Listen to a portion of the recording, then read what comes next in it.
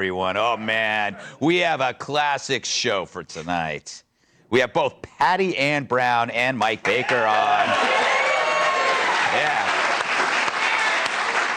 Now, Patty Ann, you remember from Red Eye, and she had a way with words.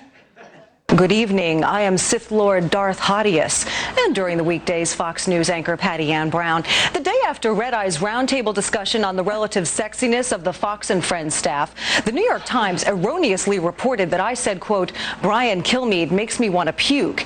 In fact, I stated that Kilmeade makes me want to shoop. I'd also like to add that Brian's packed and he's stacked, especially in the back. Brother, want to thank your mother for a butt like that. Straight up, wait up, hold up, Mr. Lover. Like Prince said, you're a sexy mother.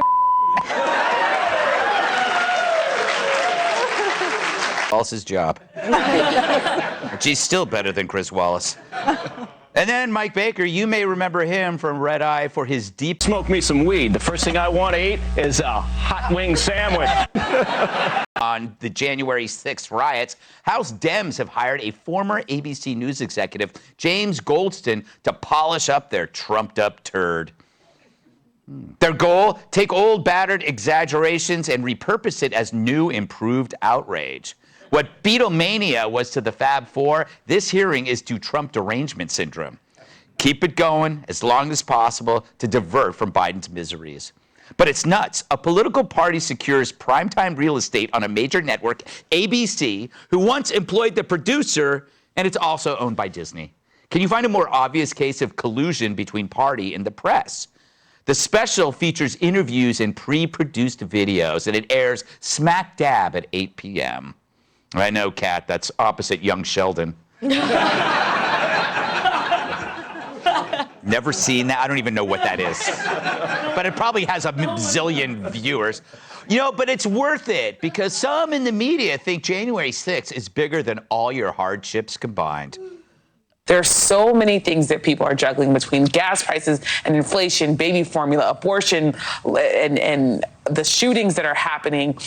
These lawmakers are going to try to now have a narrative to focus the country's attention to say, look at this thing, do not turn away, and understand that while all those other things are really, really important, the foundation of our country, what makes our country function, is the democracy that we have to protect. They got to force feed it.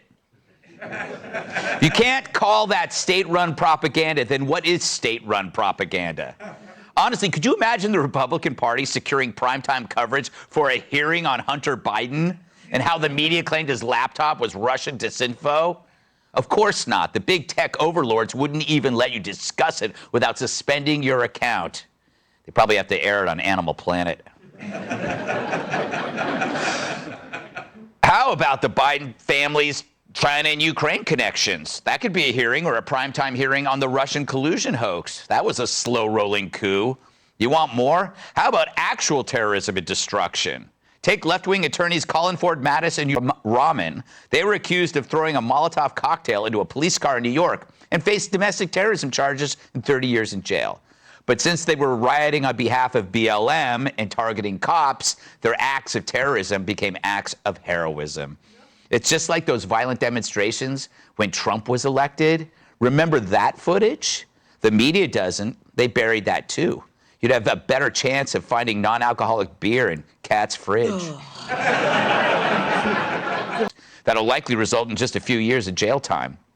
Remember, Mattis had been accused of having a pile of firebombs in his car and was filmed trying to hand them out to other rioters. Rahman was caught on camera throwing bombs and then boasted about it like she just threw a one-hitter against the Yankees.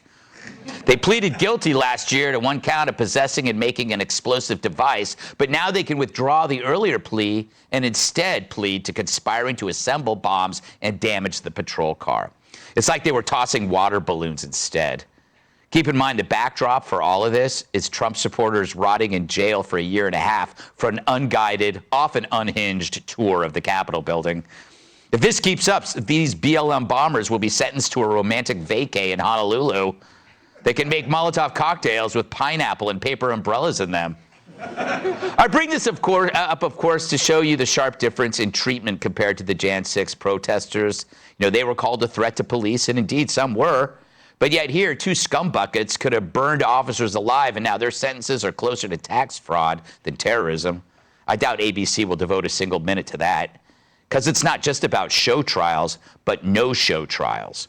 The guy producing this January 6th special, Goldston, presided over ABC News up until 2021, and he was involved in several scandals, notably a Jeffrey Epstein cover-up story. Remember that video of ABC News anchor Amy Robach claiming the network killed her story on Epstein and Prince Andrew's sexual misconduct on the Lolita Express? Sorry, the story wasn't killed. It just hanged itself in its cell. See, the guy running this January 6th comedy hour shows you how the legacy media works. It's about turning on and off the news faucet. Jeffrey Epstein turned the faucet off. January 6th, turn it on and leave the room until the house is totally flooded. As for everything else, the other riots, the crime wave, the border crisis, you'll find Jimmy Hoffa before you find any of that. 6. They got their work cut out for them, but then again, Disney is great at producing fiction.